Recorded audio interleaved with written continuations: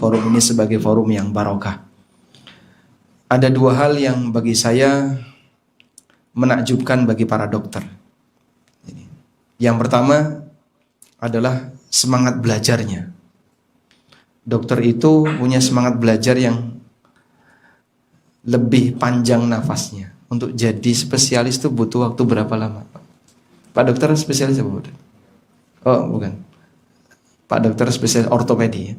Untuk jadi orang yang boleh mematahkan tulang, menyambung tulang itu butuh waktu berapa lama? 5-6 tahun.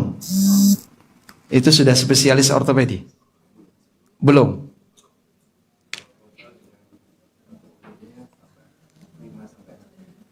Total dengan dokter umum tambah 5-6 tahun, berarti 12 tahun. Masya Allah, 12 tahun. 12 tahun tuh kalau belajar agama jadi ulama kibar itu ya. Sudah hafal Quran, Sahih Bukhari, Sahih Muslim itu 12 tahun, Masya Allah. Baik, artinya begini. Kalau Anda bisa menyediakan waktu dalam kurun waktu belasan tahun untuk belajar ilmu umum, berarti seharusnya kita bisa menyediakan waktu, walaupun mungkin tidak sama, untuk belajar Al-Quran dan hadis. Agar setidaknya nanti kalau kita ditanya oleh Allah Subhanahu wa Ta'ala, wa ma ilmuka, karena salah satu di antara materi pertanyaan di alam kubur adalah apa yang kau pelajari.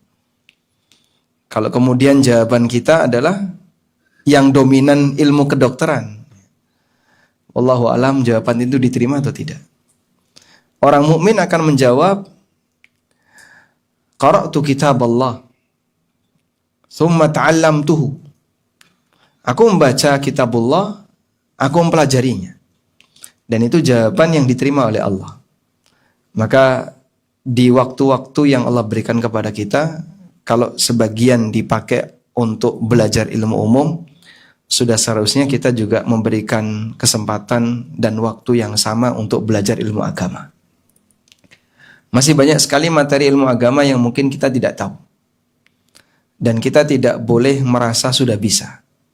Siapapun di depan ilmu agama kerdil.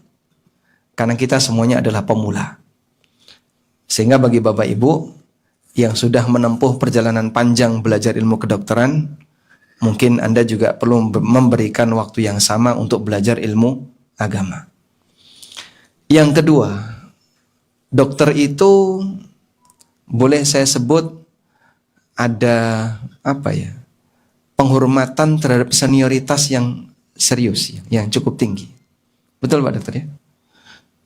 Jadi hierarki kedokteran kan masih dijaga ya.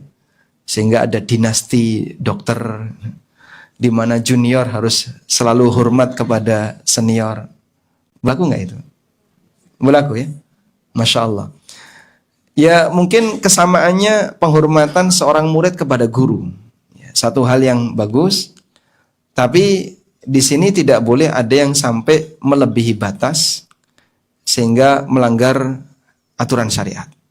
Seperti misalnya praktek sogok atau sebagian di antara senior minta dilayani oleh junior. Besok aku mau main golf ya. Besok aku mau main tenis. Seniornya minta seperti itu. Juniornya ngapain? Memberi layanan. Dibayar nggak? Dibayar? Atau bayarin? Bayarin. Nah, kalau itu dalam dunia pendidikan, ini tidak boleh. Karena ini masuk kategori sogok. Bagaimana kalau sudah jadi tradisi? Menormalisasi sebuah pelanggaran, kita sepakat dilarang. Karena itu, workshop semacam ini diinisiasi oleh Ortopro, yang mungkin nanti bisa ditiru oleh Interna, mungkin bisa ditiru oleh kelompok saraf, kelompok-kelompok yang lain. Termasuk juga yang sudah lama bareng dengan kami, itu Kardio UGM. Nah, mudah-mudahan nanti teman-teman yang lain juga bisa menyelenggarakan yang sama, tapi mohon maaf barangkali materi kami cukup menakutkan ya. Jadi kira-kira Anda sudah siap dengan semua konsekuensinya? Insya Allah. Baik. Tapi sebelumnya kita akan bahas terlebih dahulu bahwasanya syariat itu membahagiakan. Barangkali ada di antara Bapak Ibu yang posisinya manajer rumah sakit? Ada? Atau direktur rumah sakit ada? Karena sebagian di antara tamu undangannya adalah direktur rumah sakit. Direksi saja, direksi. Jajaran direksi rumah sakit ada? Oh, mungkin ada ya. Nggak apa-apa, nggak usah mengaku ya. Baik, kita mau belajar tentang motivasi dulu, bahwasanya syariat ini membahagiakan. Allah Subhanahu wa taala turunkan Islam itu sebagai rahmat. Ayat yang mungkin sudah sangat sering Anda dengarkan. Wa ma arsalnaka illa rahmatan lil alamin. Tidaklah aku mengutusmu wahai Muhammad kecuali sebagai rahmat bagi seluruh alam. Menurut Anda yang berstatus sebagai rahmat itu jasad Nabi SAW ataukah ajaran beliau? Jasad atau ajaran? Kenapa Anda bisa jawab ajaran? Karena jasad Nabi SAW itu terbatas. Terbatas pada waktu dan tempat tertentu. Kita tidak pernah menjumpai jasad beliau, tidak pernah bersentuhan dengan jasad beliau, sehingga kalau yang disebut sebagai rahmat itu adalah jasad beliau, kita nggak dapat bagian. Berarti statusnya bukan rahmat bagi seluruh alam, tapi rahmat bagi tetangga beliau, bagi orang yang ketemu beliau, dan seterusnya. Jasad beliau sudah ada sejak beliau dilahirkan. Tapi sebelum beliau jadi Rasul, status beliau bukan rahmat. Maka Allah Subhanahu wa taala menegaskan di ayat ini, "Wa ma arsalnaka", tidaklah aku mengutusmu wahai Muhammad. Sehingga posisi beliau sebagai rahmat itu setelah beliau diutus oleh Allah Subhanahu wa taala. Pengaruh dari keberadaan beliau sebagai utusan Allah adalah adanya ajaran beliau. Yang ajaran ini berlaku dan relevan sepanjang zaman. Sehingga kita yang hidup di zaman sekarang di posisi yang secara geografis jauh sekali dari beliau mendapatkan pengaruh baik dari ajaran itu. Demikianlah kondisi di mana Islam itu adalah rahmat bagi seluruh alam. Karena Allah sebut Islam itu sebagai rahmat bagi seluruh alam, maka tolong pahami dia sebagai nikmat. Allah berikan ini sebagai nikmat bagimu, seharusnya kau terima sebagai nikmat. Karena terkadang antara penerima dan pemberi itu pemahamannya bisa berbeda. Pemberi, penerima. Mungkin pemberi berharap ini dianggap sebagai apresiasi yang baik, sebuah nikmat. Tapi terkadang penerima menerimanya dengan cara yang buruk. Ada nggak pakai gitu, Pak? Banyak ya. Seorang suami misalnya memberi sebuah hadiah bagi istrinya. Waktu dia belikan hadiah itu dia penuh perjuangan. Begitu sampai rumah diterima oleh istrinya langsung dibuang. Kira-kira respon sebagai suami gimana, Pak? Cari lagi ya. Cari hadiah yang lain yang bisa diterima oleh istrinya. Maka ada cara pandang yang berbeda. Yang memberi menganggap itu sebagai sebuah nikmat, tapi terkadang penerima menganggap itu sebagai sebuah azab. Apa yang bisa Anda bayangkan? Allah jadikan syariat ini sebagai nikmat, tapi ketika ada hambanya yang menganggap itu sebagai sebuah azab. Ini kan hamba yang boleh kita sebut kurang ajar gitu ya. Rabbmu memberikan ini sebagai nikmat, tapi kau sikapi itu sebagai azab. Ada nggak Pak orang yang menyikapi syariat Islam sebagaimana layaknya azab? Banyak. Di saat dia merasa keberatan, bahkan kadang dia suudzon kepada syariat Allah Subhanahu wa taala. Al-Hafidz Ibnu Katsir mengatakan, yukhbirullahu ta'ala anna Allah ja'ala Muhammadan sallallahu alaihi wasallam rahmatan lil alamin. Allah memberitahukan bahwa dia telah menjadikan Muhammad sallallahu alaihi wasallam sebagai rahmat bagi seluruh alam. Ay arsalahu rahmatan lahum kullihim. Artinya Allah Ta'ala utus beliau sebagai rahmat bagi mereka semua. Faman qabila hadhir rahmah. Maka siapa yang menyikapi syariat ini sebagai rahmat, wa syakara hadhin ni'mah, dan dia mensyukuri nikmat ini, sa'ida fid dunya wal akhirah, dia akan bahagia di dunia dan di akhirat. Wa man raddaha wa jahadaha, siapa yang menolaknya dan dia menolak melawannya, khasira fid dunya wal akhirah, maka dia rugi dunia akhirat. Mungkin kalau muslim tidak keseluruhan, tapi terkadang sebagian dia nggak terima. Saya kalau aturan kayak gini saya belum bersedia. Kalau aturan seperti ini saya nggak mau. Jadi Islam itu yang gampang-gampang saja. Emang agama sesuai keinginan kamu, sehingga harus dikendalikan oleh hawa nafsumu. Karena masih banyak orang yang punya prinsip, yang penting milih yang gampang-gampang. Selanjutnya, nikmat yang telah diberikan oleh Allah itu telah lengkap. Allah menegaskan, al-yawma akmaltu lakum dinakum. Pada hari telah aku sempurnakan untuk kalian agama kalian. Disempurnakan ajarannya. Wa atmamtu alaikum ni'mati, dan aku sempurnakan bagi kalian nikmatku. Nikmat apa yang disempurnakan itu? Nikmat dunia atau nikmat agama? Nikmat agama. Karena tidak ada nas dalam Al-Quran di mana Allah telah memberikan nikmat dunia yang sempurna bagi Nabi SAW. Apalagi kehidupan beliau yang serba kurang. Yang kalau Bapak Ibu lihat bagaimana sejarah Nabi SAW dan kehidupan berkeluarga beliau. Aisyah mengatakan, Inna nadharna ilal hilal, thumma nadharna al-hilal, thumma nadharna al-hilal. Kami melihat hilal, kami melihat hilal, kami melihat hilal, sampai 3 kali. Wa ma uqidatin nar fi buyutin Nabi sallallahu alaihi wasallam. Sementara di rumah Nabi sallallahu alaihi wasallam tidak dinyalakan api. Maksudnya apa? Gak ada yang bisa dimasak. Sama Pak, di tempat saya gasnya habis. Itu kalau di tempat Anda, kulkasnya masih penuh dengan makanan, sampai daging kurban tahun kemarin, ya, Idul Adha besok itu masih sisa Pak, nyelempit di dalam freezer gitu ya. Ibu-ibu kan pinter nyimpen Pak. Baik, jadi kalau berkaitan dengan nikmat agama, Allah tegaskan nikmat itu telah Allah sempurnakan. Tapi kalau nikmat dunia, Allah berikan dunia ini kepada makhluk yang Dia cintai dan makhluk yang tidak Dia cintai. Sebagaimana sabda Nabi SAW, Innallaha yu'tid dunya liman yuhibbu wa man la yuhibbu. Allah memberikan dunia kepada makhluk yang Dia cintai dan yang tidak Dia cintai. Wa la yu'tid dina illa liman ahabba. Dan Allah tidak akan memberikan agama kecuali kepada yang Dia cintai.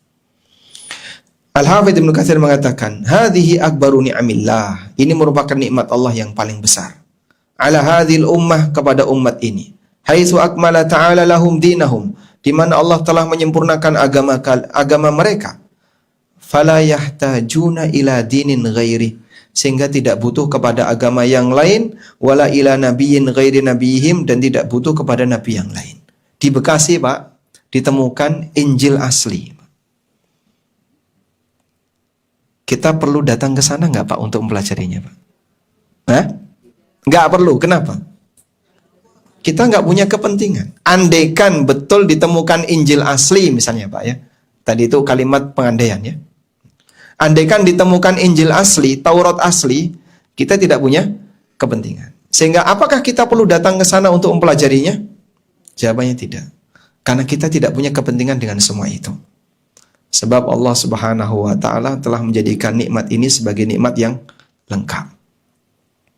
Hanya saja tidak semua menerimanya. Ada di antara mereka yang menolak nikmat itu.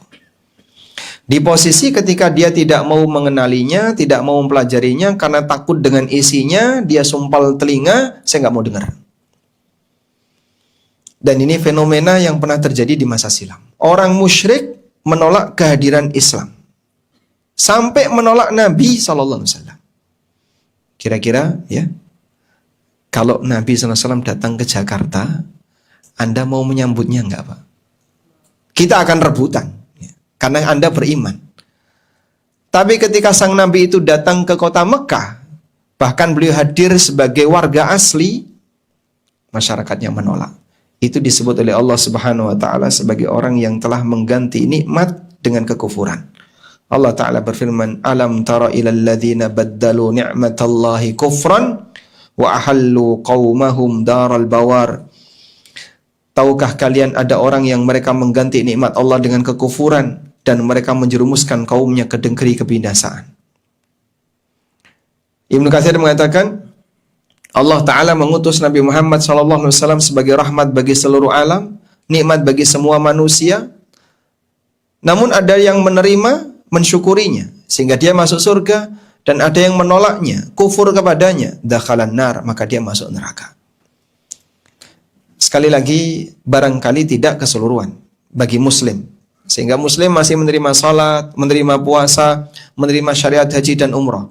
Tapi nggak semua syariat terkadang dia terima. Buku fikih ASN dan karyawan, salah satu di antara buku yang ditolak oleh ASN. Ada salah satu teman yang cerita, dia pernah menghadiahkan buku ini kepada temannya yang jadi ASN. Nggak mau nerima, Pak. Bawa aja, ini gratis. Nggak, saya nggak mau baca. Dia ketakutan dengan isinya. Kenapa ketakutan dengan isinya? Saya nggak cerita horor di situ. Nanti Anda silahkan baca dari halaman pertama sampai terakhir. Kalau ada cerita horor laporkan ya. Itu pasti tipu itu, Pak. Baik.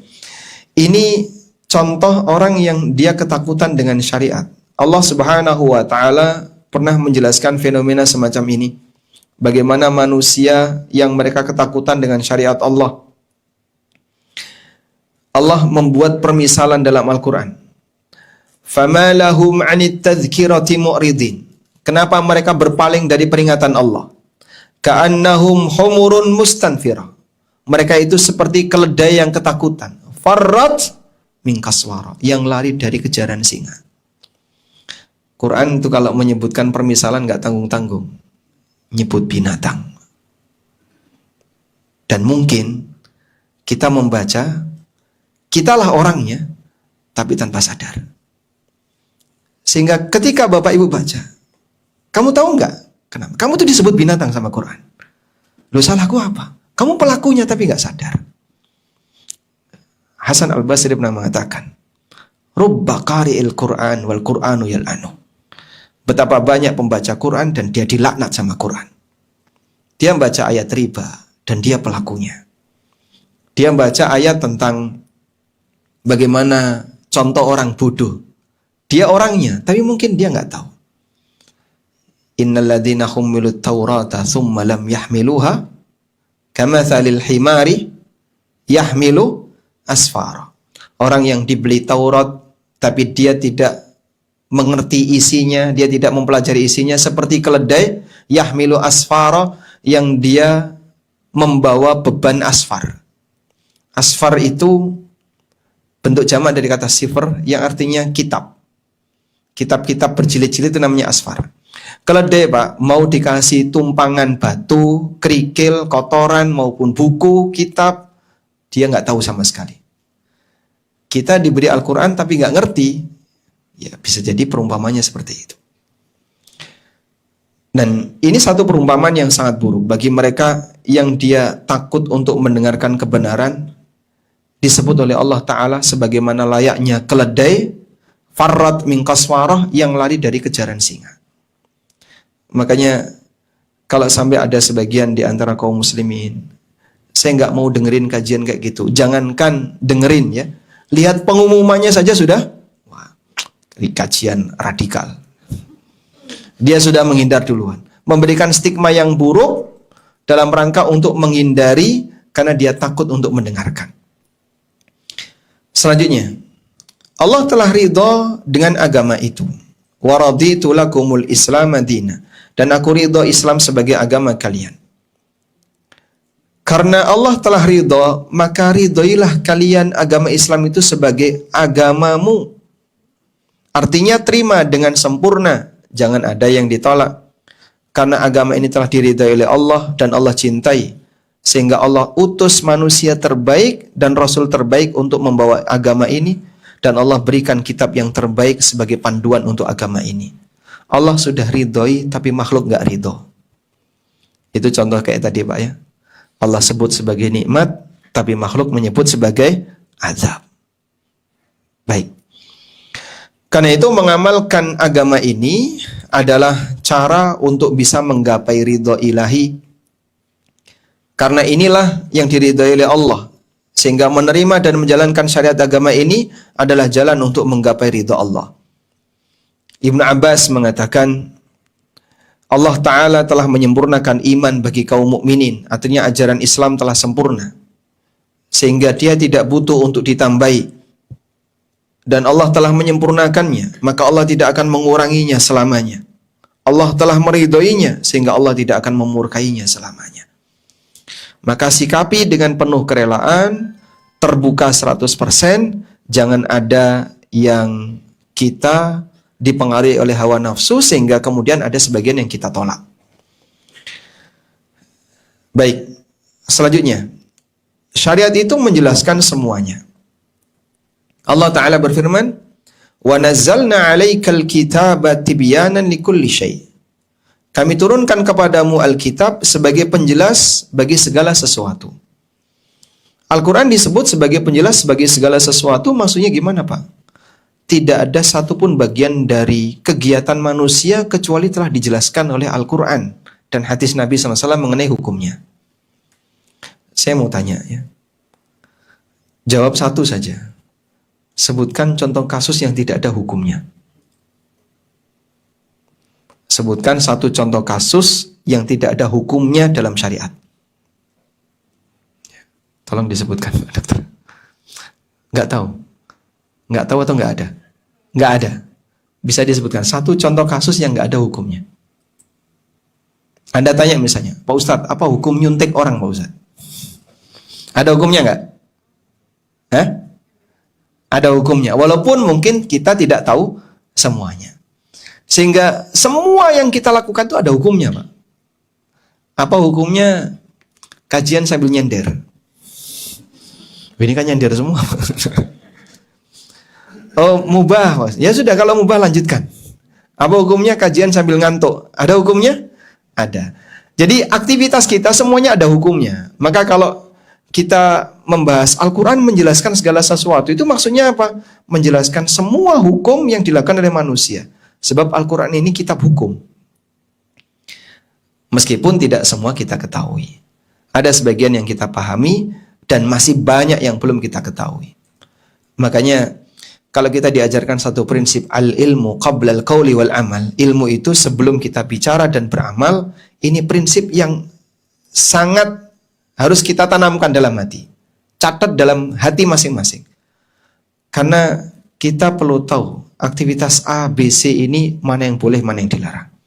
Allah juga menegaskan, "Ma farratna fil kitabi min syai'." Tidak ada satupun bagian dari Alkitab yang kami abaikan. Semuanya telah Allah jelaskan. Nah, karena syariat ini telah menjelaskan semuanya, maka manusia yang ingin mendapatkan kebahagiaan yang sejati, porosnya adalah dari mempelajarinya. Asy-Syaukani mengatakan, Al-Quranul Azim mencakup alal katsiri thayyib min masalihil ma'ash wal ma'ad. Mencakup banyak sekali kebaikan yang bermanfaat bagi kehidupan dunia dan akhirat. Ia memuat berbagai macam manfaat untuk urusan dunia dan agama. Kadang disampaikan dengan ringkas. Wa taratan umuman, kadang disampaikan dengan kalimat umum. Wa taratan khususan, kadang disampaikan dengan kalimat khusus. Walihada yaqulu subhanahu wa ta'ala, karena itu Allah Ta'ala mengatakan, ma farratna fil kitabi min syai'. Tidak ada yang kami abaikan dari kitab ini, semuanya telah dibahas oleh Allah Ta'ala. Maka kita dituntut bagian ini. Jadilah muslim yang menyeluruh, jangan tebang pilih. Sehingga terima semuanya sebagai perintah Allah Ta'ala, ya ayyuhalladzina amanu dukhulu fis silmi kafah. Wahai orang yang beriman, masuklah kalian ke dalam Islam secara keseluruhan. Kalau kayak gini gue seneng nih. Yang kayak gini saya nggak mau. Berarti dia beriman kepada sebagian, tapi mengingkari sebagian yang lain. Dan ini kebiasaan Bani Israel. Yu'minuna bi ba'dil kitab wa yakfuruna bi ba'd. Mereka beriman dengan sebagian isi kitab dan kufur kepada sebagian isi kitab yang lain. Intinya tugas kita di sini adalah mensinkronkan bagaimana agar kita mengkaji, mempelajari ilmu yang belum kita tahu tentang masalah hukum dan menerima semuanya. Baik. Selanjutnya, Bapak Ibu yang dimuliakan Allah. Kajian fikih. Kajian fikih itu ada dua. Ada kajian fikih yang inputnya adalah dalil. Output dari kajian fikih yang inputnya dalil adalah kesimpulan hukum. Kesimpulan hukum, hukum-hukum dari aktivitas manusia. Dan ini dilakukan oleh para ulama melalui proses ijtihad. Baik, melalui proses ijtihad. Karena dalil itu diungkapkan oleh Allah bukan sebagaimana gaya bahasa KUHP, Pak ya. Pasal 1 ayat ini, ayatnya tidak. Tapi diungkapkan dalam bentuk apa? Cerita. Kadang Allah jelaskan dalam bentuk cerita, kadang Allah jelaskan dalam bentuk perintah, larangan, motivasi, kemudian menjelaskan tentang pengaruh hukuman dan seterusnya. Contoh, Allah Subhanahu wa taala bercerita tentang dialog yang terjadi di hari kiamat. Allah taala berfirman, "Ma salakakum fi saqar? Qalu lam naku minal musallin wa lam naku nut'imul miskin wa kunna nakhudu ma'al khaidin." Orang yang di neraka ditanya, "Ma salakakum fi saqar?" Apa yang menyebabkan kalian masuk ke neraka? Qalu, mereka menjawab, "Lam naku minal musallin," karena dulu kami enggak salat, "wa lam naku nut'imul miskin," kami tidak memberikan makan kepada orang miskin, "wa kunna nakhudu ma'al khaidin," dan dulu kami bersenda gurau. Maka disimpulkan, berarti meninggalkan salat masuk neraka. Kesimpulannya apa itu? Meninggalkan salat kafir, karena dia menyebabkan orang kekal di neraka. Nah, ini kan dalam bentuk dialog, cerita, terus disimpulkan. Metode yang digunakan oleh para ulama untuk menyimpulkan, itu yang disebut dengan metode ijtihad. Selanjutnya, di sana ada input yang kedua dalam fikih, yaitu kasus dan masalah yang terjadi di masyarakat. Maka kajian fikih dengan melihat kasus dan masalah itu, nanti mereka akan bisa membuat kesimpulan hukum terkait kasus, dan berikut solusinya. Baik. Dari sinilah kita diperkenalkan bahwa fikih itu ada dua, ada fiqhud dalil dan ada fiqhul masail. Fikih dalil itu adalah kajian terhadap dalil-dalil yang ada, baik yang bentuknya cerita, berita, perintah, atau larangan, lalu disimpulkan menjadi kesimpulan-kesimpulan hukum. Dan yang kedua, fiqhul masail. Fiqhul masail adalah kasus yang ada di masyarakat, kemudian didekatkan kepada dalil untuk dibuatkan kesimpulan. Kasus ini hukumnya boleh ataukah tidak. Nah, di bagian pertama untuk fikih dalil ini sudah final. Ini sudah final. Karena dalil itu tidak ada yang baru. Sehingga para ulama telah beristihad dengan keberadaan dalil-dalil yang ada dan mereka sudah memberikan kesimpulan-kesimpulan hukum. Maka di bagian ini kita tinggal belajar. Mereka sudah menyediakan paket-paket keterangan fikih sebagaimana yang disebutkan dalam kitab-kitab fikih. Karena itu bagian yang pertama ini sifatnya taksil, pondasi belajar fikih. Sehingga kalau Anda mau belajar masalah fikih dari dasar, ya belajarnya adalah fikih dalil. Sementara untuk bagian yang kedua, fiqhul masail, di area ini tidak terbatas. Karena selalu ada masalah yang baru. Inilah yang menjadi bagian dari fikih kontemporer. Sehingga fikih kontemporer itu bukan menelurkan hasil ijtihad fikih dalil baru, bukan. Tapi fikih kontemporer adalah membahas kasus dan masalah yang ada di masyarakat. Sehingga di bagian yang kedua ini menuntut ijtihad yang lebih panjang, sebab kasus akan selalu ada. Di dunia kedokteran, kasus 90-an akan berbeda dengan kasus 2000-an. Kasus 2000-an berbeda dengan kasus pasca COVID. Ada banyak sekali kasus-kasus baru dan itu selalu berkembang. Baik. Sehingga orang yang belajar fikih kontemporer, dia dituntut untuk mengenali kondisi yang ada di lapangan, lalu kemudian dia bahas dan didekatkan kepada fikih dalil yang sudah dia pahami. Nah, oleh karena itulah, mengingat yang namanya kasus dan masalah ini selalu berkembang, Maka ada ungkapan ijtihad itu tidak pernah tutup. Sebab yang namanya kasus selalu ada yang baru dan butuh bagi siapapun untuk mengenali hukumnya. Selanjutnya,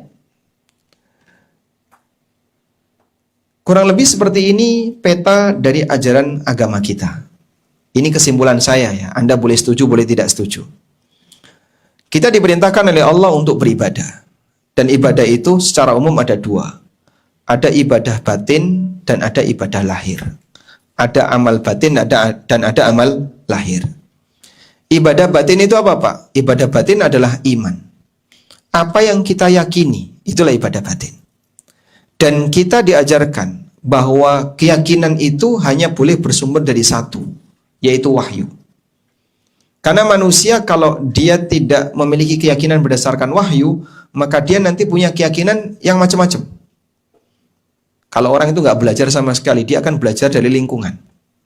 Manusia kalau nggak belajar agama, dia akan belajar dari mana? Lingkungan. Akhirnya keyakinannya dipengaruhi oleh budaya. Sehingga terkadang muncul keyakinan tertentu. Kamu kok punya keyakinan dari mana? Loh, jari ini. Nah, jari ini. Paham jari ini? Katanya. Katanya dan katanya. Yuk, kata leluhur kita seperti ini. Dulu simbah-simbah kita seperti itu. Kakek buyut kita kayak gitu. Maka dia punya keyakinan berdasarkan budaya yang ada di masyarakat. Akhirnya dia meyakini hal tertentu, sumbernya jari ini. Nah, jari ini simbah seperti ini, katanya kakek kita seperti ini, katanya kakek kita. Padahal tidak ada sumbernya dari wahyu.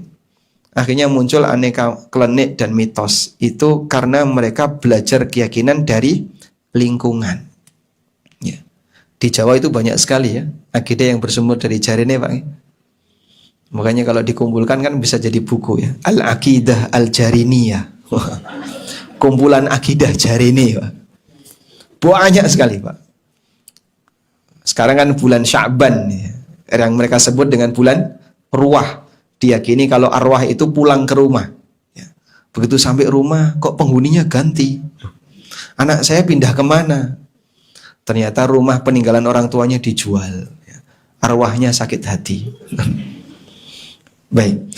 Nah, hal konyol seperti itu akan banyak muncul ya. Kalau Anda mengenali berbagai macam keyakinan-keyakinan yang berbau klenik. Di Jogja itu banyak sekali, Pak.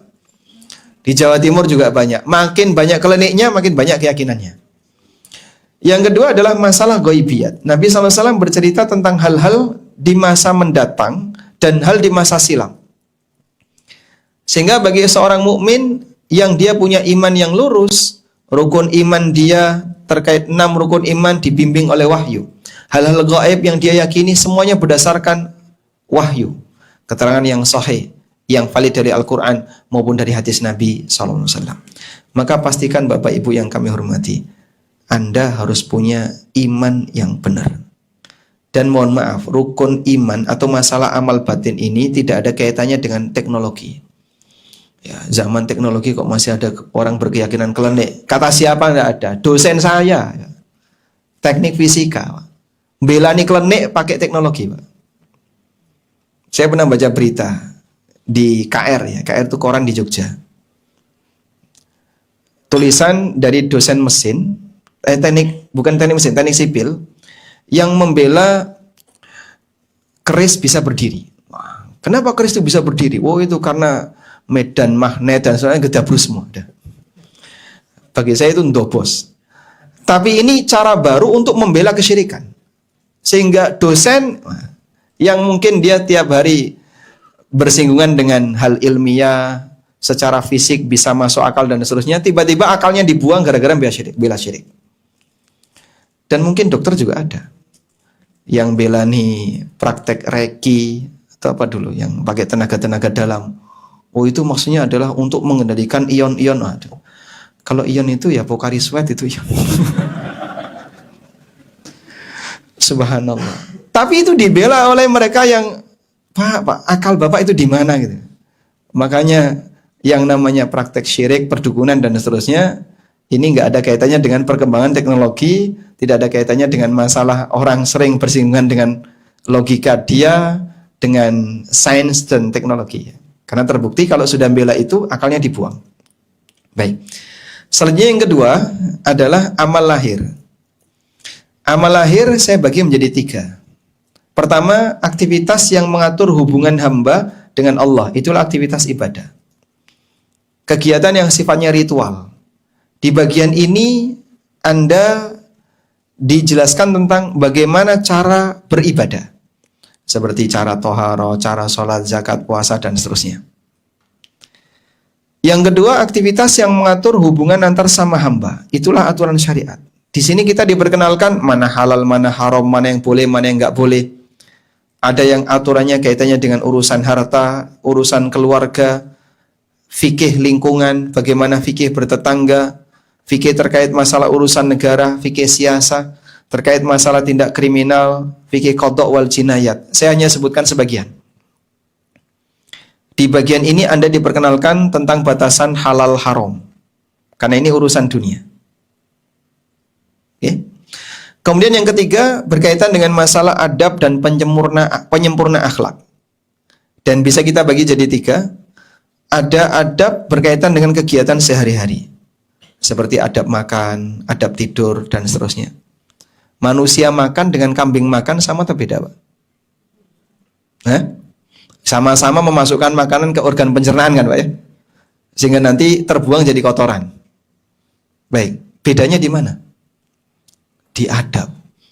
Sehingga orang makan tapi nggak punya adab, disamakan Nabi SAW seperti setan. Makan pakai tangan kiri, minum pakai tangan kiri, itu kebiasaan siapa? Setan. Anda kalau lihat anak kecil makan pakai tangan kiri, diingatin enggak? Diingatin. Tapi bapak ibunya dibiarkan. Karena pendidikan kita hanya untuk yang masih kecil. Padahal adab ini ketika dilakukan oleh seorang muslim, maka akan terlihat lebih indah. Yang kedua, adab ketika berinteraksi dengan orang lain. Seperti adab bertetangga, adab bertamu, adab dengan orang yang beda usia, adab dengan guru, adab dengan senior, dan seterusnya. Yang ketiga, adab berkaitan dengan peningkatan kualitas personality. Seperti adab bicara, adab bekerja, adab belajar.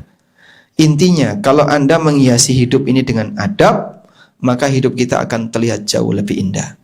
Nah, ini semuanya syariat agama. Bagian mana yang kira-kira memberatkan untuk hidup kita?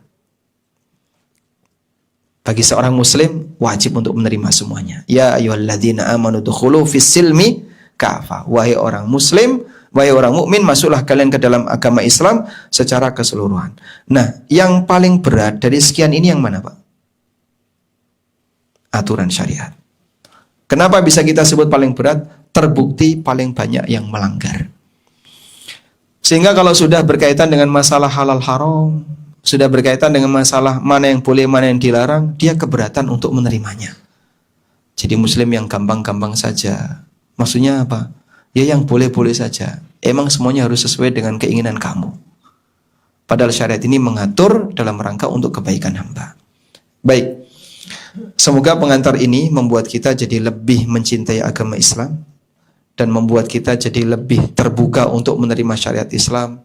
Yang mungkin bagi sebagian orang merasa dirinya sudah tahu banyak hal tentang Islam, padahal kalau kita buka petanya masih banyak yang saya belum ngerti ya. Masih banyak yang kita belum menyentuhnya. Baik, selanjutnya kita akan beralih ke materi yang kedua. Di materi yang kedua nanti saya akan ajak Anda ya untuk mengenali tentang hadiah dan tips. Jadi kalau sudah bagian ini sudah masuk ke ruang yang lebih menegangkan.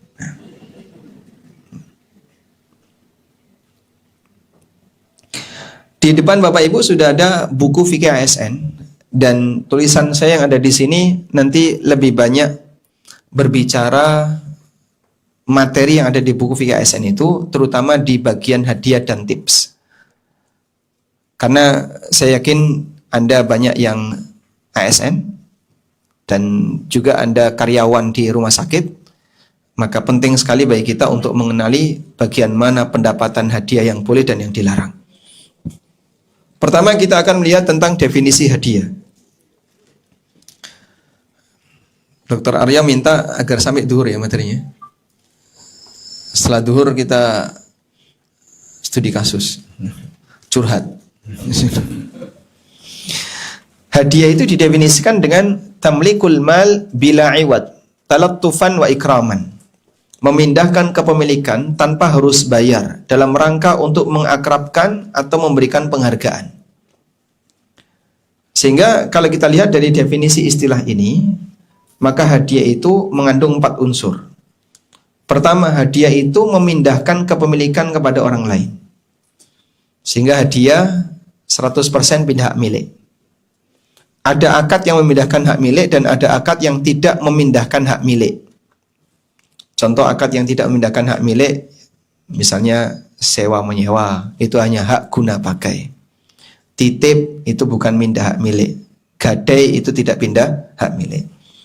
Yang kedua, objeknya berupa harta yang memiliki nilai. Kalau benda itu tidak punya nilai, tidak bisa dijadikan sebagai hadiah.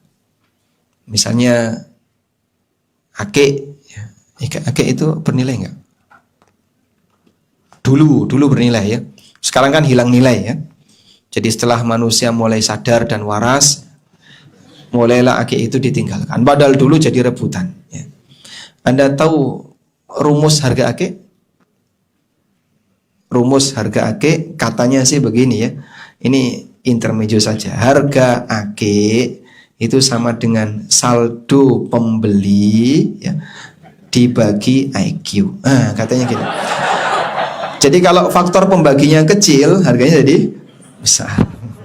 Katanya ya. Baik, itu akidah jari ini ya. Jadi dilupakan saja. Yang ketiga, tanpa dibayar, tanpa ada iwat. Jadi Anda ketika dikasih nggak perlu bayar. Kalau Anda dikasih baik sekarang maupun nanti, namun harus bayar, itu namanya jual beli. Contoh ya, dokter kalau bisa belanja obat kelipatan sekian juta, nanti kami kasih hadiah motor 1. Motornya ditaruh di depan, hadiahnya diberikan di depan. Farmasi memberikan seperti itu. Boleh nggak pakai gitu? Kok bisa bilang nggak boleh itu kenapa? Boleh atau tidak? Anda punya praktek pribadi atau punya rumah sakit. Farmasi menjanjikan kalau Bapak bisa belanja obat 100 juta per bulan, nanti kami kasih hadiah mobil di depan. Boleh atau tidak? Nah, ini namanya ya jual beli. Karena hadiah ini sebagai alat bayar dan nanti gantinya dia harus belanja sekian dalam kurun waktu sekian. Baik. Selanjutnya, dengan tujuan dalam rangka memberikan penghargaan, ikram, atau mengakrabkan, tawaddud, atau menyambung hubungan, silah, atau mencari simpati, ta'alluf, atau membalas kebaikan, mukafaah, atau latar belakang yang lainnya. Sehingga sebenarnya latar belakang hadiah itu lebih kepada pendekatan untuk menjalin ukhuwah. Biar si A dengan si B lebih akrab, maka si A ngasih hadiah kepada si B. Itulah tujuan asal hadiah. Karena itu Nabi SAW mengatakan dalam hadis, tahadau tahabu. Mana hadisnya? Lakukanlah memberi hadiah agar kalian bisa saling mencintai. Baik. Selanjutnya, karena alasan ini, maka dalam Islam kita dilarang untuk menolak hadiah. Kecuali jika ada sebab. Kalau tanpa sebab, hukum asalnya dilarang untuk menolak hadiah. Saling memberi hadiah berarti di sana terjadi imbal balik antara memberi dan menerima. Islam menganjurkan keduanya. Karena itu Nabi SAW melarang untuk menolak hadiah. La taruddul hadiyah. Janganlah kalian menolak hadiah. Karena menolak hadiah itu sama dengan menolak ajakan untuk damai, menolak ajakan untuk menjalin ukhuwah. Dan itu bermasalah. Sehingga menerima hadiah bukan dari sisi nilai hadiahnya, tapi menghargai perjuangan orang untuk memberikan kepada kita sebuah bentuk rasa kasih sayang. Ya. Nabi SAW sangat menghargai hadiah, sehingga beliau kalau menerima hadiah, beliau membalasnya. Aisyah radhiyallahu anha mengatakan, karena Rasulullah SAW yakbalul hadiyah wa yusibu alaiha. Rasulullah SAW menerima hadiah dan beliau membalas hadiah. Hadis riwayat Bukhari. Dan sekecil apapun hadiah itu harus diterima. Jangan lihat dari sisi nilai, tapi lihatlah dari sisi bagaimana dia ingin menampakkan kasih sayang dia kepada kamu. Sehingga suami pulang lalu membawa hadiah berupa apa Pak kira-kira Pak? Hah? Berupa apa Pak? Permen misalnya. Cuman permen, coklat Dubenya mana? Masya Allah. Udah dikasih, ini jauh-jauh belinya dari Saudi pas umroh. Cuman ngasih coklat kerikil Pak. Istrinya berharap coklat Dubai. Udahlah terima saja ya. Baik. Selanjutnya, ada hadiah yang dilarang untuk diterima. Pada asalnya kita dianjurkan untuk saling memberi dan menerima hadiah. Hanya saja ada kondisi tertentu kita dilarang untuk menerima hadiah, terutama disebabkan niat tidak baik dari si pemberi hadiah. Dan kasus ini pernah ada di zaman Nabi SAW.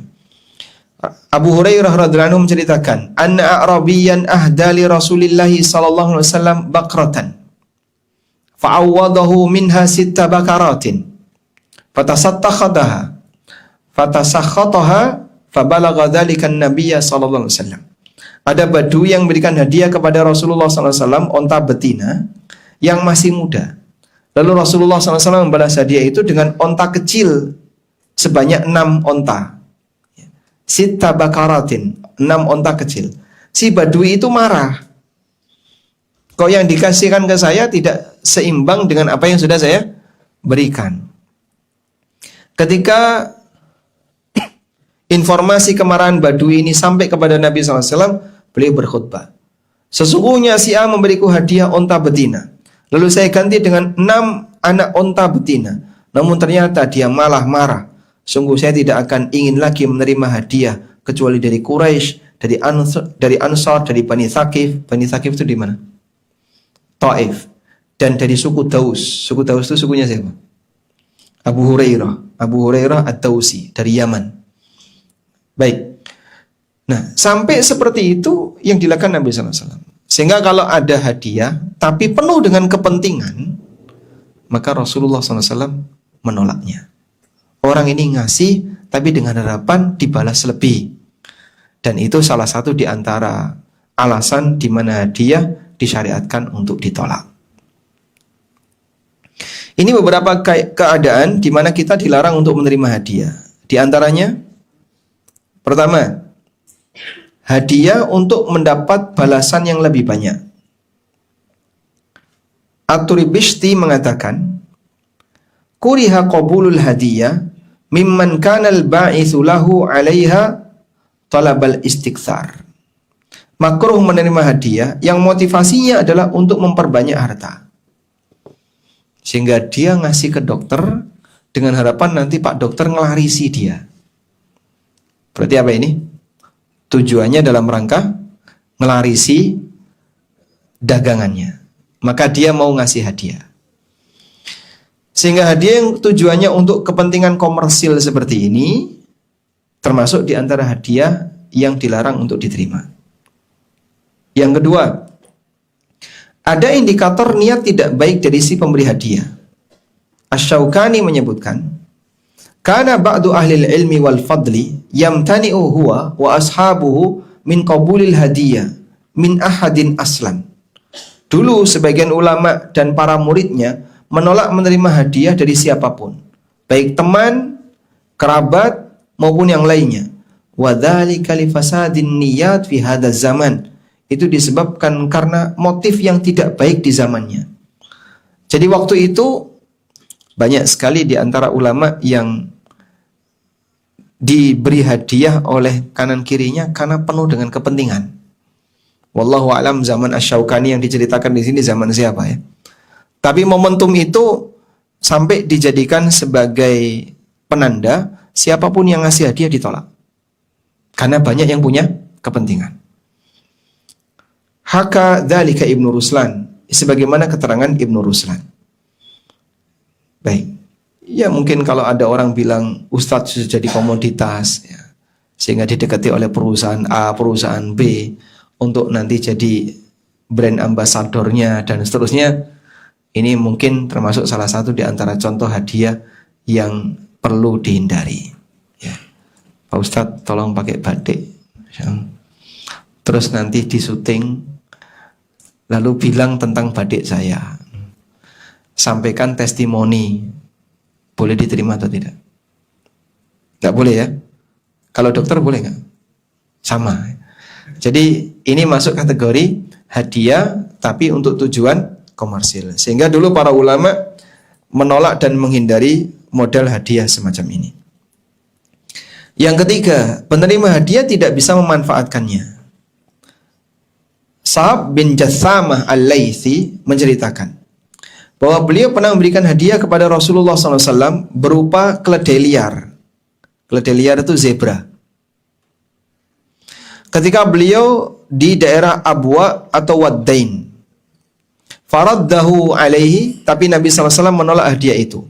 Falamma ra'a ma fi wajhihi, ketika Nabi SAW menolak hadiah itu, Sa'ab bin Jassamah ini sedih. Kenapa Nabi SAW menolaknya? Maka Nabi SAW mengatakan, Inna lam naruddaha alaika illa ana hurumun. Aku menolak ini karena saya sedang ihram. Dan orang yang ihram tidak boleh apa? Berburu. Dan keledai liar ini atau zebra ini adalah keledai hasil buruan. Maka orang yang ihram tidak boleh menerima hadiah binatang hasil berburu.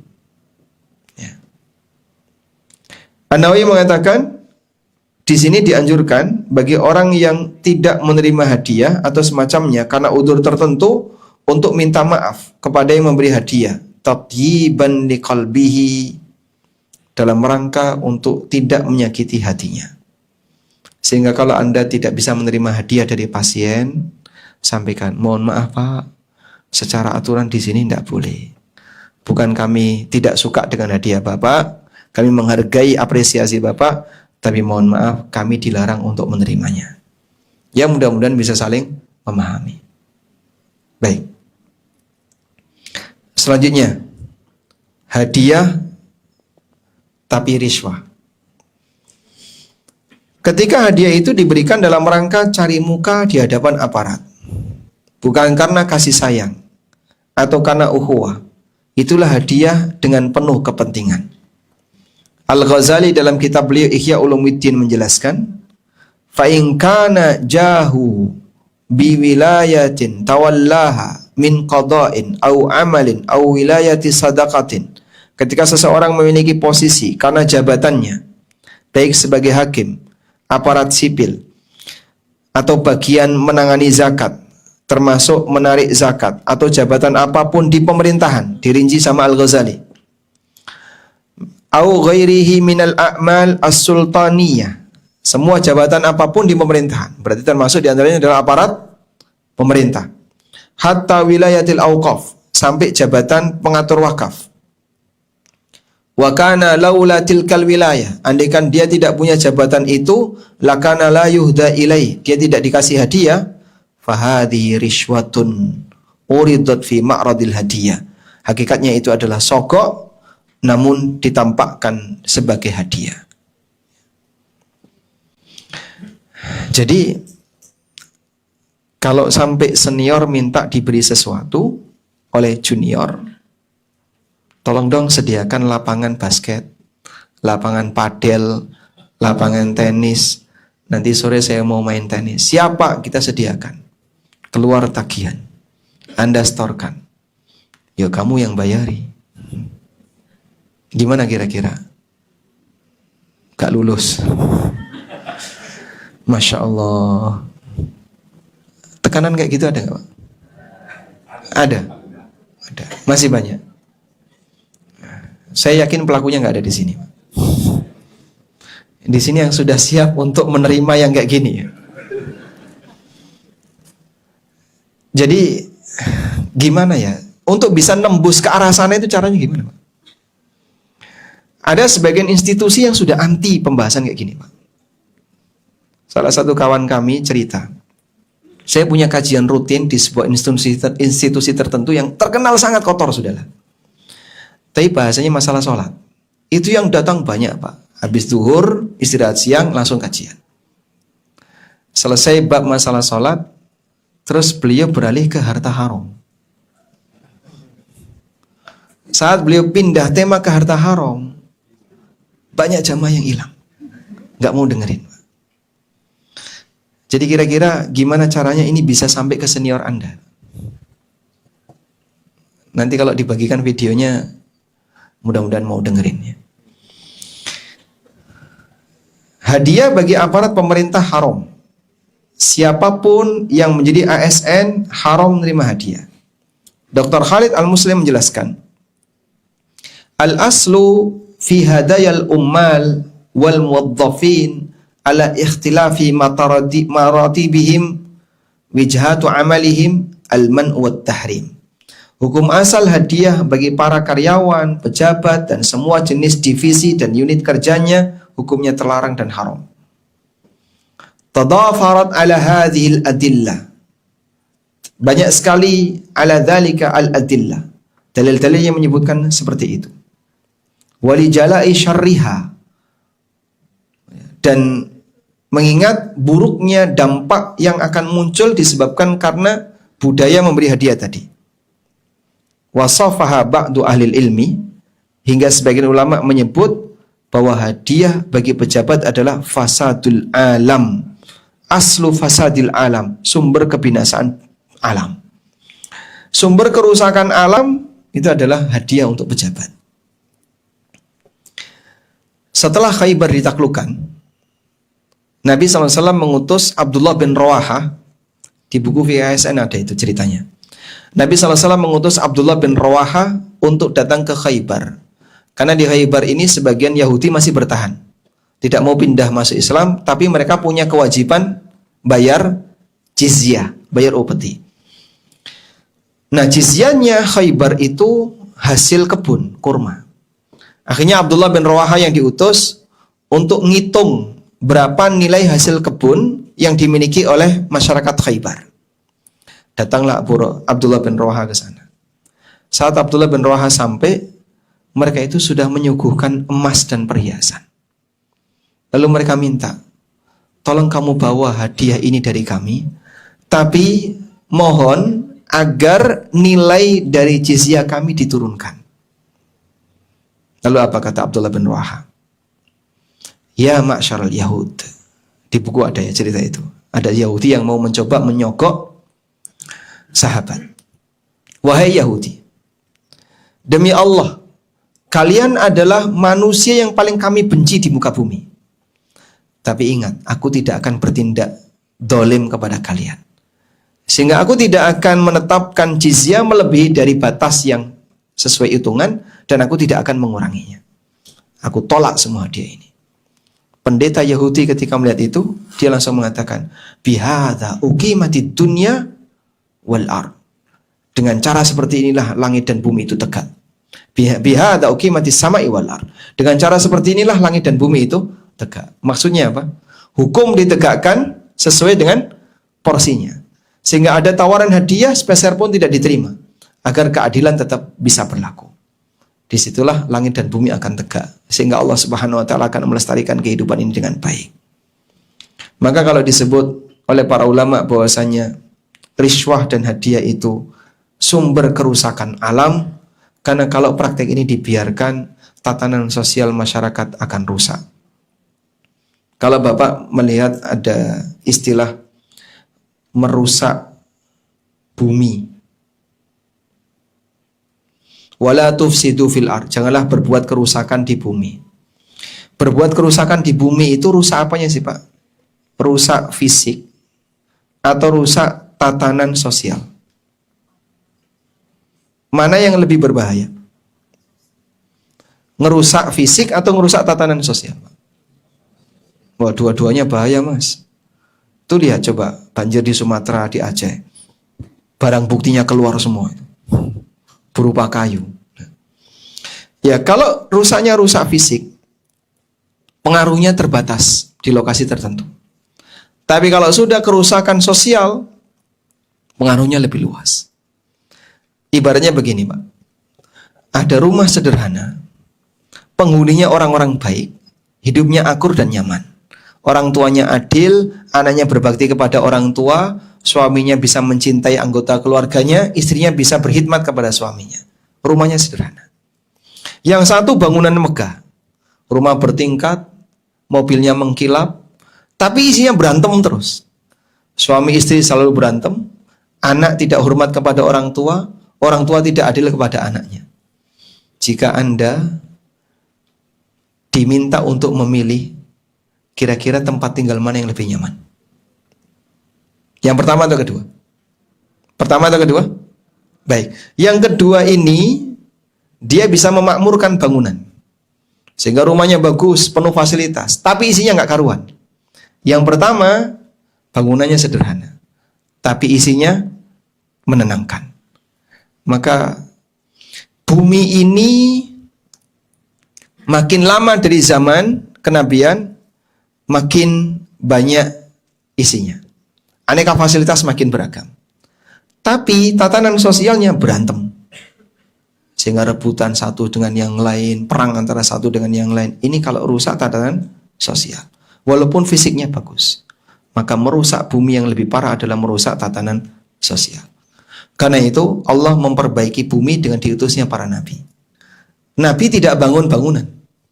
Tapi Nabi memperbaiki akhlak dan moral. Kalau masalah memakmurkan daerah, itu urusan pemerintah. Bangun jalan, buat jembatan, bikin gedung A, gedung B. Tapi masalah bagaimana perbaikan akhlak. Rasulullah SAW bu'ithu li'utammima makarimal akhlak. Dan ini dimulai dari ketika seseorang berusaha mengenali aturan. Maka kalau disebut oleh para ulama bahwa dengan anti sogok orang itu sama dengan melestarikan kehidupan alam, itu benar. Sehingga agama akan memberikan ketenangan bagi seluruh orang yang tinggal di sana. Berikut beberapa dalil yang menunjukkan bahwasanya hadiah bagi aparat hukumnya dilarang. Pertama, sabda Nabi SAW, hadayal ummal gululun. Hadiah yang diterima bagi para karyawan adalah gulul. Maka bagi Anda ASN, apapun yang namanya hadiah, statusnya gulul. Kecuali yang resmi dari negara. Dan nanti kita akan jelaskan tentang pendapatan tambahan yang sifatnya halal. Yang kedua, hadis dari Buraidah. Nabi SAW bersabda, man ista'malnahu ala amalin. Barang siapa yang aku tunjuk sebagai petugas untuk kerja tertentu, farazaqnahu rizqan, lalu dia diberi hadiah. Fama akhadha ba'da, lalu dia sudah diberi gaji. Fama akhadha ba'da dzalika fahuwa ghulul. Maka apapun yang dia ambil setelah itu adalah harta gulul. Dan orang gulul nanti dia akan pikul hasil gululnya kelak di hari kiamat. Dari Abu Humaid As-Sa'idi, Nabi SAW pernah menunjuk seseorang dari Bani Azdi yang bernama Ibnu Lutbiyah. Dia bertugas menarik zakat. Setelah balik ke Madinah, dia melaporkan kepada Nabi SAW. Dan dia mengatakan, ini zakat dan ini hadiah untukku. Kemudian Nabi SAW naik mimbar. Setelah itu beliau menyampaikan sebuah muqaddimah, lalu beliau bersabda, amma ba'du, fa inni asta'milur rajula minkum 'alal amal. Aku telah menunjuk seseorang di antara kalian untuk menjalankan tugas. Alladzi mimma wallani Allah. Yang Allah amanahkan kepadaku, yaitu tugas untuk menarik zakat. Sehingga para amil zakat itu kepanjangan dari Rasulullah SAW. Karena beliau diutus oleh Allah sebagai Nabi, dan salah satu tugasnya adalah khudh min amwalihim shadaqatan tutahhiruhum. Ambillah zakat mereka sebagai penyuci untuk harta mereka. Fayati fayaqulu, lalu orang ini tiba-tiba datang dan mengatakan, ini zakat, distorkannya, dan ini hadiah untukku. Jadi Ibnu Lutbiyah ini diutus untuk mendatangi Bani Salimah. Setelah menerima zakat, salah satu di antara orang dari Bani Salimah ini ngasih hadiah. Ini hadiah untuk Anda. Sahabat itu orangnya jujur dan amanah serta lugu, Pak. Sampai di Madinah, mungkin kalau orang zaman sekarang kan pulang dulu, simpan dulu yang bisa disimpan, sisanya baru dilaporkan. Sahabat ini tidak, semuanya dilaporkan. Ya Rasulullah, ini zakat dan ini hadiah dikasihkan kepadaku. Maka Nabi SAW mengatakan, fahala yajlisu fi baiti abihi wa ummi hatta ta'tiyahu hadiyatu. Coba dia duduk di rumah bapak ibunya. Ada nggak yang ngasih hadiah ke dia? Ada nggak yang ngasih hadiah kepada orang ini? Ya. Sehingga di sini jadi kaidah. Kalau orang itu duduk di rumahnya, berarti kan dia bukan pejabat. Dia bukan aparat. Kok nggak ada yang ngasih hadiah? Ini menunjukkan bahwasanya hadiah yang diberikan kepadanya latar belakangnya adalah jabatannya. Dan itu hadiah yang haram untuk diterima. Wallahi la ya'khudhu ahadun minkum syai'an bighairi haqqihi illa laqiyallaha yahmiluhu yaumal qiyamah. Demi Allah, siapapun yang mengambil harta tanpa alasan yang benar, maka dia akan ketemu Allah dan menggendong harta itu kelak di hari kiamat. Hadis riwayat Bukhari. Sehingga orang yang gulul nanti dia akan pikul harta gululnya kelak di hari kiamat. Dan Nabi SAW mencela hadiah untuk Ibnu Lutbiyah karena dia menerima hadiah yang diberikan kepadanya, sementara posisinya sebagai pejabat. Dan hukum ini berlaku untuk semua aparat. Wallahu a'lam. Sampai jam berapa kita untuk break? Kopi break sekarang. Baik. 15 menit lagi. Anda sudah ngantuk? Belum? Aman ya? Kedinginan? Kedinginan. Nanti minta tolong dikondisikan karena pesertanya tidak diasuransikan. Nah, mereka pulang kalau masuk angin dan sebagainya. Di luar tanggung jawab panitia ya. Baik. Sekarang kita lanjutkan bahwa hadiah aparat tadi dilarang, lalu batasannya bagaimana? Di sini ada beberapa keterangan yang bisa kita kutip. Pertama, keterangan dari Syekhul Islam. Fa in kana ar-rajulu bihaitsu law nuzi'a an tilkal wilayah. Ketika seseorang dicopot dari jabatannya, dia tetap dapat hadiah. Dia lahu tilkal hadiah. Dia tetap dapat hadiah. Lam takunil wilayatu hiya ad-da'iyah lin-nasi ila atiyati. Berarti sebab masyarakat memberikan hadiah itu bukan karena jabatannya. Orangnya sudah pensiun, tapi farmasi masih ngasih. Berarti hadiah yang diberikan farmasi ini bukan karena jabatan. Saya sudah pensiun Pak, tidak apa-apa Pak, ini ucapan terima kasih Pak. Tetap mau jangan ngasih hadiah. Loh, kenapa kok ngasih hadiah? Kami mau ngajak besanan sama Bapak. Nah ini beda lagi kalau kayak gini. Boleh diterima nggak? Hah? Nggak boleh. Penuh dengan kepentingan ya. Kepentingan membangun keluarga kan tidak apa-apa. Beliau melanjutkan, wa illa fal maqsudu bil atiyah innama hiya wilayatuhu. Sebaliknya, ketika dia dicopot dari jabatannya, ternyata masyarakat tidak lagi memberikan hadiah baginya, berarti tujuan mereka ngasih hadiah itu murni karena jabatannya. Baik untuk tujuan memuliakannya karena dia pejabat, atau mendahulukan mereka dibandingkan yang lain, sehingga dia punya kepentingan. Kalau saya ngasih hadiah ke pejabat, nanti jika saya ada perlu, digampangkan, perizinan dibuat lancar. Atau tujuan yang lainnya, yang maksudnya adalah agar dia bisa memanfaatkan posisi jabatannya. Ini hadiah yang statusnya ghulul ya. Dan ini haram ya, termasuk di antara dosa besar. Baik. Berarti boleh nggak Pak ngasih hadiah ke ASN? Boleh, asal latar belakangnya bukan karena status dia sebagai aparat. Saya punya tetangga ASN. Ketika pulang safar, bawa oleh-oleh, ngasih hadiah ke tetangga ASN, boleh nggak? Boleh. Latar belakangnya apa? Tetangga. Bukan karena latar belakang dia adalah ASN. Sehingga mau dia pejabat, dia bukan pejabat, ketika kumpul bareng kita makan bersama, kadang kita bayari makanan dia, hukumnya boleh. Sebab latar belakangnya bukan karena jabatannya. Kemudian, lalu hadiah seperti apa yang dilarang? Apakah yang bentuknya harus benda, uang, atau yang lainnya? Larangan menerima hadiah sebagaimana keterangan di atas tidak hanya terbatas pada hadiah berupa materi fisik, namun termasuk juga hadiah yang lain yang menguntungkan bagi pejabat. seperti promosi jabatan, biaya pendidikan, dan seterusnya. Dalam kitab Al-Iqna, referensi Syafi'iyah dinyatakan, ad-diyafah wal hibah kal hadiyah. Jamuan makan istimewa dan hibah itu statusnya sebagaimana hadiah. Wal ariyah, sementara barang pinjaman, ingkanat mimma yuqabil bi ujratin fahukmuha kal hadiyah. Sementara barang pinjaman yang umumnya harus dibayar tapi diberikan secara gratis, ya. Pak dokter, kalau mau pinjam mobil saya silahkan, dikasih fasilitas mobil gratis. Nanti kemana-mana silahkan dipakai untuk kegiatan operasional.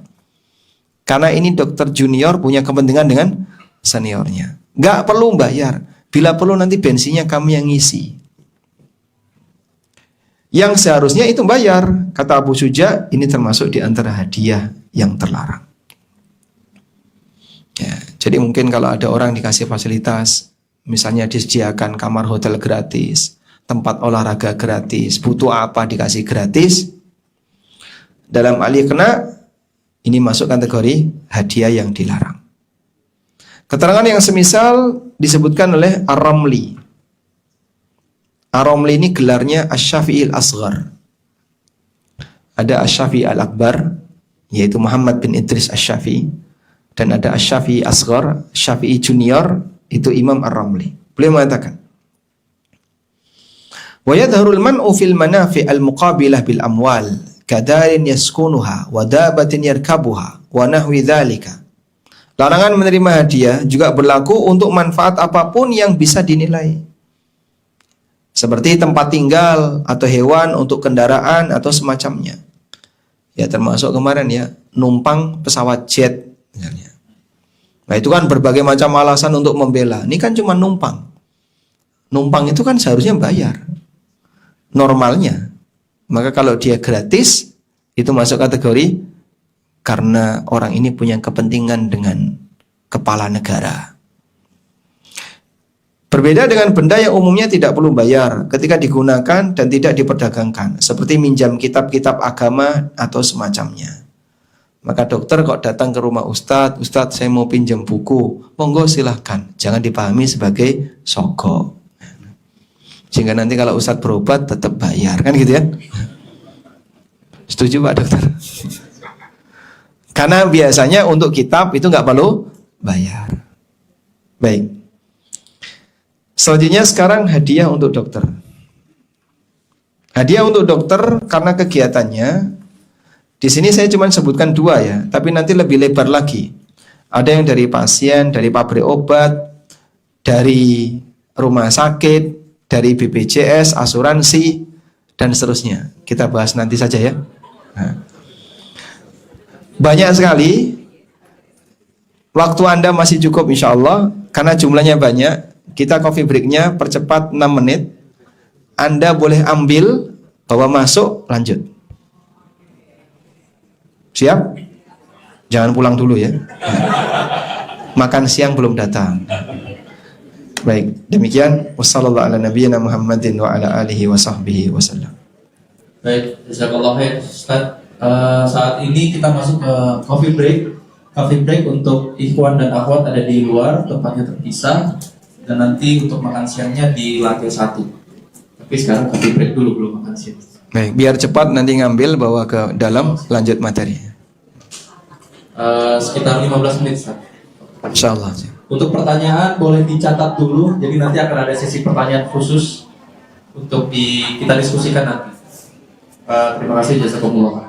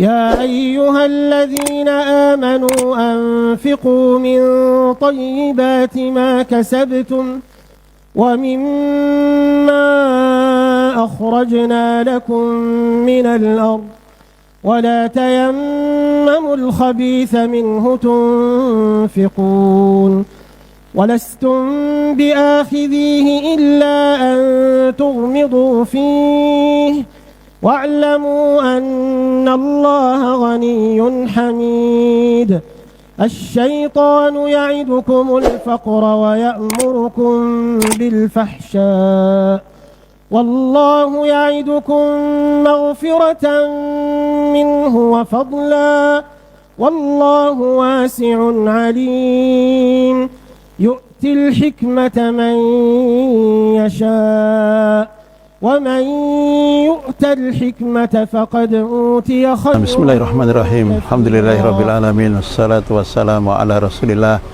Muhammadin wa ala alihi wa sahbihi wa mawala wa ba'd.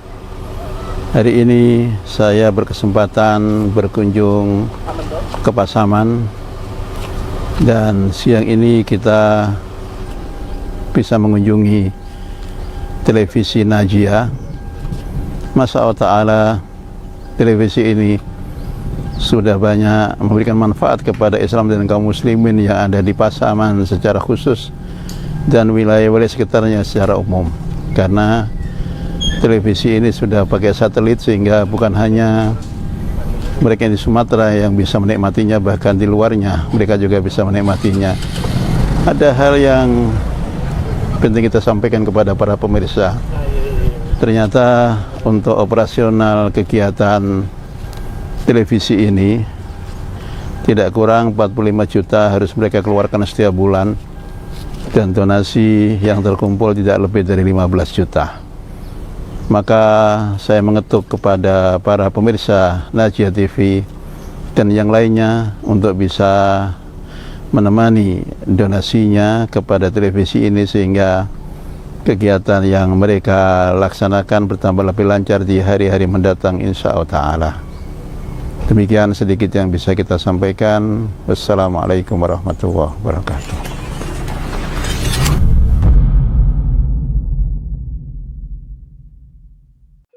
A'udzu billahi billahi minasyaitonir rajim. Bismillahirrahmanirrahim. Wal fajr wa layalin 'ashr wasyaf'i wal watr wal laili idza yassar hal fi dzalika qasamul lidzi hijr. Assalamualaikum warahmatullahi wabarakatuh. Allah Ar-Razzaq, Dzul Quwwatil Matin.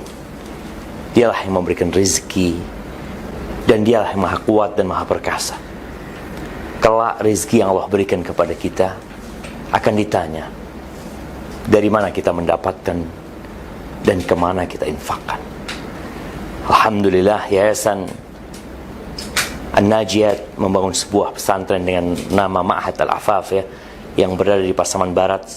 Rasa ini menjadi salah satu tempat bagi kita untuk menginfakkan harta kita di sana. Dan yakinlah, mana qasad sadaqatu min mal, sedekah itu tidak akan mengurangi harta kita.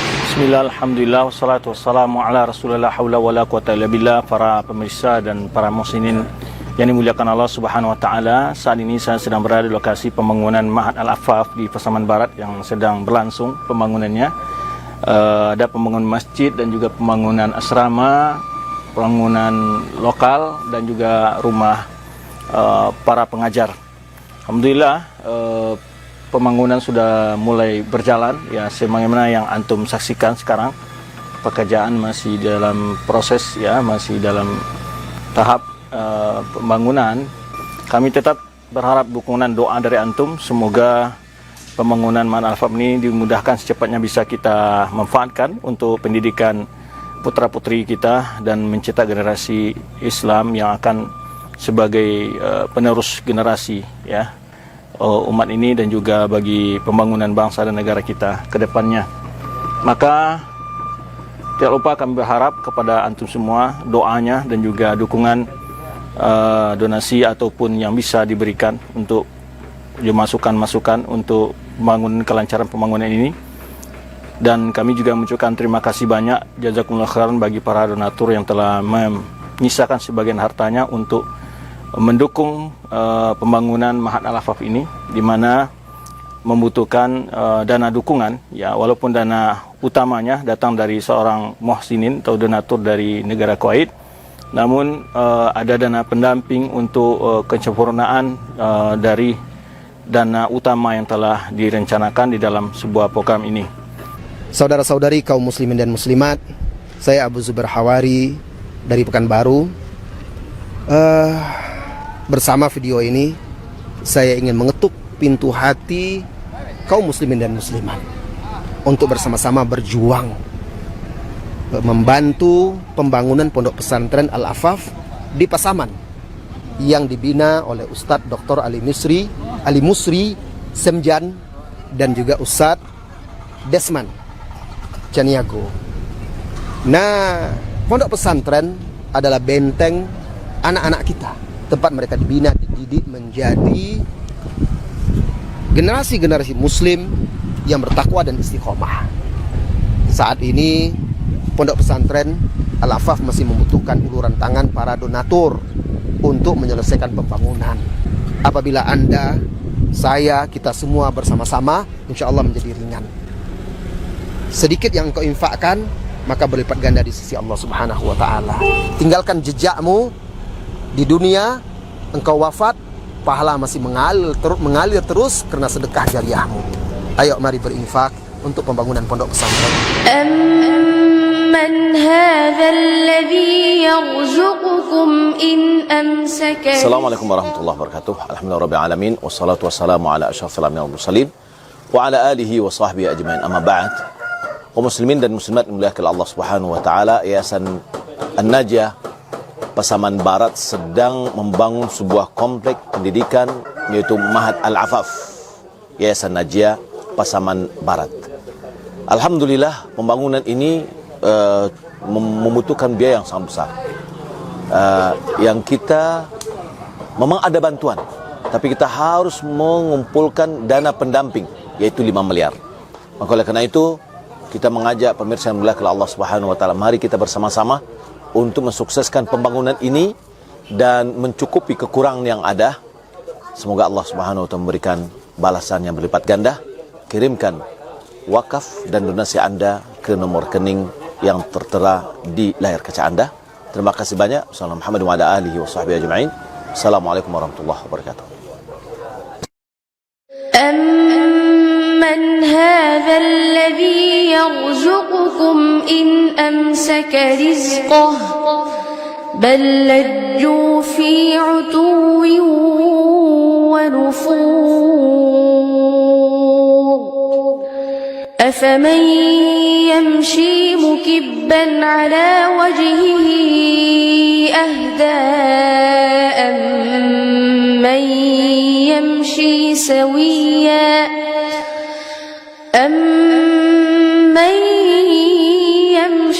سويا على صراط مستقيم للمتقين مفازا حدائق وأعنابا وكواعب Assalamualaikum warahmatullahi wabarakatuh. وكأسا Kaum muslimin, kaum muslimat yang dimuliakan oleh Allah Azza wa Jal, Yayasan An-Najah di Pasaman Barat membutuhkan bantuan donasi Anda untuk menyelesaikan proyek pembangunan pesantren yang mendidik anak-anak kaum muslimin, kaum muslimat yang ada di Sumatera Barat dan provinsi yang berada di sekitarnya.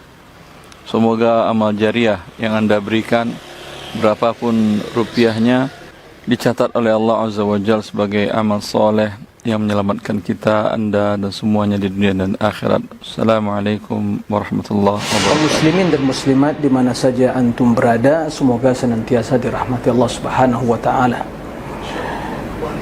Saudara kita kaum muslimin yang berdomisili di Pasaman Barat memiliki lembaga pendidikan Ma'had Al-Afaf yang dinaungi oleh Yayasan An-Najah Pasaman Barat. Sekarang mereka dalam proses pembangunan sarana ibadah, pendidikan dan juga asrama bagi santri dan juga tenaga pengajar. Oleh karena itu, pada kesempatan yang mulia ini kami mengajak kaum muslimin di mana saja berada untuk ikut berpartisipasi, memberikan yang terbaik dari kekayaan harta yang Allah curahkan pada kaum muslimin untuk membantu saudara-saudara kita di Pasaman Barat menyelesaikan proyek pendidikan dakwah yang bertujuan untuk mendidik generasi Islam yang akan melanjutkan tongkat estafet perjuangan Islam menuju masyarakat yang mulia, bermartabat, memiliki akidah yang benar, akhlak yang mulia dan amal yang soleh, sehingga mereka menjadi orang-orang yang akan membuka pintu kebaikan. Mari kita bersama-sama ta'awun al birri wat taqwa untuk mensukseskan proyek pembangunan Ma'had Al-Afaf Yayasan An-Najah di Pasaman Barat. Semoga Allah Azza wa Jalla membalas yang sedikit dari harta yang kaum muslimin donasikan, membalasnya dengan berlipat ganda yang akan menjadi tabungan akhirat kita semua di akhirat kelak. Demikian, mudah-mudahan Allah mengetuk pintu hati kita dan membuka tangan kita dan juga menggunakan jari jemari kita untuk bisa mentransfer apa saja yang mampu kita bisa transfer ke rekening yang telah disediakan oleh Yayasan An-Najah. Demikian, wassalamualaikum warahmatullahi wabarakatuh. Bismillahirrahmanirrahim. Assalamualaikum warahmatullahi wabarakatuh. Alhamdulillah rabbil alamin, wassalatu wassalamu ala asrafil anbiya'i wal mursalin نبينا ورسولنا محمد وعلى آله وأصحابه ومن تبعهم بإحسان إلى يوم الدين. Saudara-saudari kaum muslimin, kaum muslimat dimanapun berada, yang semoga senantiasa dirahmati dan dimuliakan oleh Allah Subhanahu wa taala. Kita hidup di dunia dalam proses perjuangan dengan segala yang kita miliki, dengan tenaga, dengan waktu, dengan harta.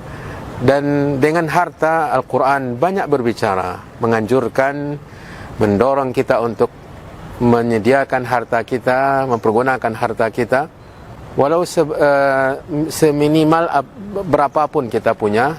Kita diperintah oleh Nabi SAW untuk menjauh dari neraka. Kata Nabi, fattaqun nar walau bisyikki tamrah. Takutlah neraka walau hanya dengan sebelah dari satu butir kurma yang kamu punya.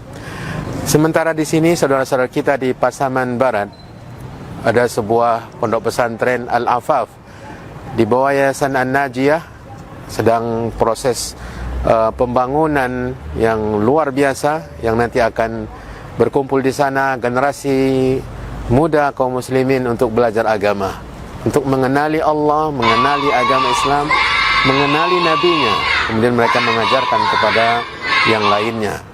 Dan sangat menarik bagi orang yang beriman untuk menyisihkan hartanya sementara mereka membutuhkan bantuan dari kaum muslimin. Maka saya, Aspri Rahmat Azai, menghimbau semua, siapapun kaum muslimin dimanapun berada, untuk bekerja sama, nata'awun 'alal birri wat taqwa, dengan saudara-saudara kita di sana, sehingga harta kita nanti akan kita lihat buktinya di mana Allah Subhanahu wa taala akan memperbanyaknya di hari akhirat. Bahkan satu butir kurma akan bisa menjadi sebuah gunung yang besar. Maka mari, jangan ditunggu lagi, kesempatan untuk kita berbagi, nata'awan al birri wa taqwa. Semoga Allah Subhanahu wa taala menerima amal ibadah kita, dan semoga Allah mengikat antara kita dengan jalan-jalan yang seperti ini dalam iman dan taqwa. Waffaqani Allahu wa iyyakum lima fihi ridha. Wa sallallahu wa sallam wa baraka wa an'am ala nabiyyina wa rasulina Muhammad wa ala alihi wa ashabihi wa man tabi'ahum bi ihsanin ila yaumiddin. Wassalamu alaikum warahmatullahi wabarakatuh. Bismillahirrahmanirrahim. Alhamdulillah wassalatu wassalamu ala Rasulillah wa ala alihi wa sahbihi wa man wala wala haula wala quwwata illa billah, amma ba'd. Kaum muslimin dan muslimat rahimana wa rahimakumullah. Allah Azza wa Jalla berfirman, وَمَنْ أَحْسَنُ قَوْلًا مِمَّنْ دَعَا إِلَى اللَّهِ وَعَمِلَ صَالِحًا وَقَالَ إِنَّنِي مِنَ الْمُسْلِمِينَ. Siapa yang lebih baik perkataannya dari orang yang mengatakan bahwa aku beriman kepada Allah, kemudian mengajak kepada jalan Allah Subhanahu wa taala dan mengatakan aku termasuk orang yang berserah diri. Dan di antara cara dan metode terbaik untuk mendakwahkan adalah mengarahkan, mendidik anak-anak kaum muslimin untuk diajarkan agama dan juga ilmu-ilmu kepada mereka. Mereka adalah pemuda yang siap mengemban tugas dan bisa lebih baik dari generasi sebelumnya. Pesantren Al-Afaf, Yayasan An-Najiyah Pasaman Barat berkomitmen untuk merealisasikan hal itu. Kini mereka dengan beberapa tenaga pengajar dan juga dipimpin oleh Ustadz Disman dan juga Ustadz Ali Misri Sembilan Putra berusaha untuk merealisasikan cita-cita tersebut. Pembangunan pesantren sudah mulai bergerak dengan beberapa partisipasi, kontribusi dari kaum muslimin, para donatur. Maka kami juga membuka kesempatan mengajak kepada kaum muslimin untuk turut serta mengambil bagian dari jatah akhirat tersebut. Semoga Allah Azza wa Jalla menjadikan harta kita semua menjadi lebih berkah, berkembang, dan bisa kita bawa menghadap Allah Subhanahu wa taala. Wallahu a'lam bissawab. Sallallahu wasallam wa baraka ala abdihi wa rasulih Muhammad wa ala alihi wa sahbihi ajma'in. Walhamdulillahi rabbil alamin. Amman hadha alladhi yarzuqukum in amsaka rizqahu bal lajju fi 'utuwwin wa nufur. أفمن يمشي مكبا على وجهه أهدى أمن يمشي سويا أمن يمشي سويا على صراط مستقيم.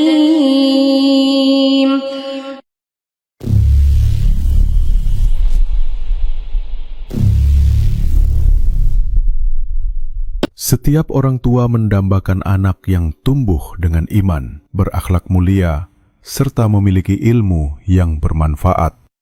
Anak yang hatinya terpaut dengan Al-Quran menjadikannya pelita dalam hidup, sekaligus bekal di dunia dan akhirat. Di SMP Tahfiz Al-Quran An-Najiyah Pasaman Barat, kami berusaha mewujudkan cita-cita itu. Di sini, para siswa dibimbing untuk mencintai, menghafal, dan mengamalkan Al-Quran. Bukan hanya sekadar bacaan di bibir, tapi juga meresap dalam hati dan tercermin dalam akhlak sehari-hari. Dengan guru-guru yang sabar dan berpengalaman, proses belajar berlangsung penuh kasih sayang, disiplin, dan keteladanan Islami. Fasilitas yang kami sediakan pun dirancang agar anak-anak dapat belajar dan tinggal dengan nyaman.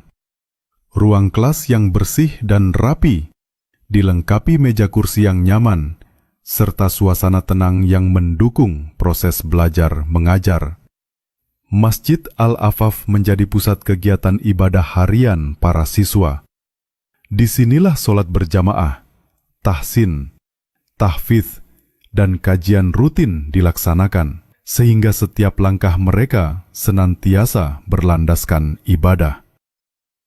Untuk siswa yang tinggal di pondok, tersedia asrama yang aman dan teratur, dipisahkan antara putra dan putri. Tempat tidur yang tertata rapi, lingkungan yang bersih, serta pengawasan dari ustadz dan ustazah pembina, membuat anak-anak belajar hidup disiplin dan mandiri. Tidak lupa, ada ruang makan bersama yang sederhana namun nyaman. Disinilah mereka belajar kebersamaan, saling menghargai, dan menikmati hidangan dengan penuh rasa syukur. Lingkungan sekolah yang hijau, asri, dan jauh dari kebisingan menghadirkan suasana tenang untuk belajar, beribadah, dan menghafal Al-Quran dengan khusyuk.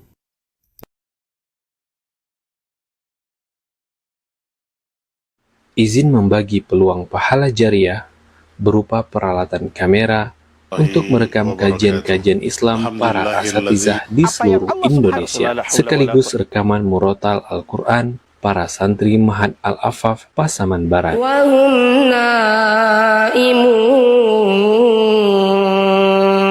Kebutuhan untuk 1 unit lensa plus kamera adalah 20 juta, dan saat ini kita membutuhkan 4 unit kamera dengan total 80 juta rupiah. Insya Allah, setiap kajian Islam dan murotal Al-Quran yang direkam melalui kamera yang akan kita belikan ini akan disaksikan oleh ratusan juta kaum muslimin di Indonesia dan 64 negara lainnya. Insya Allah akan menjadi perantara pahala jariah hingga hari kiamat. Mari kirimkan donasi terbaik kita melalui rekening resmi Najiyah TV, Bank Syariah Indonesia dengan nomor rekening 1111197 551 atas nama Najiyah TV.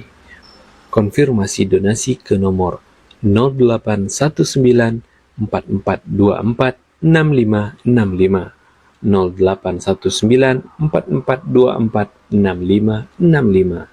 Jazakumullah khairan. Wa tawasaw bil haqqi wa tawasaw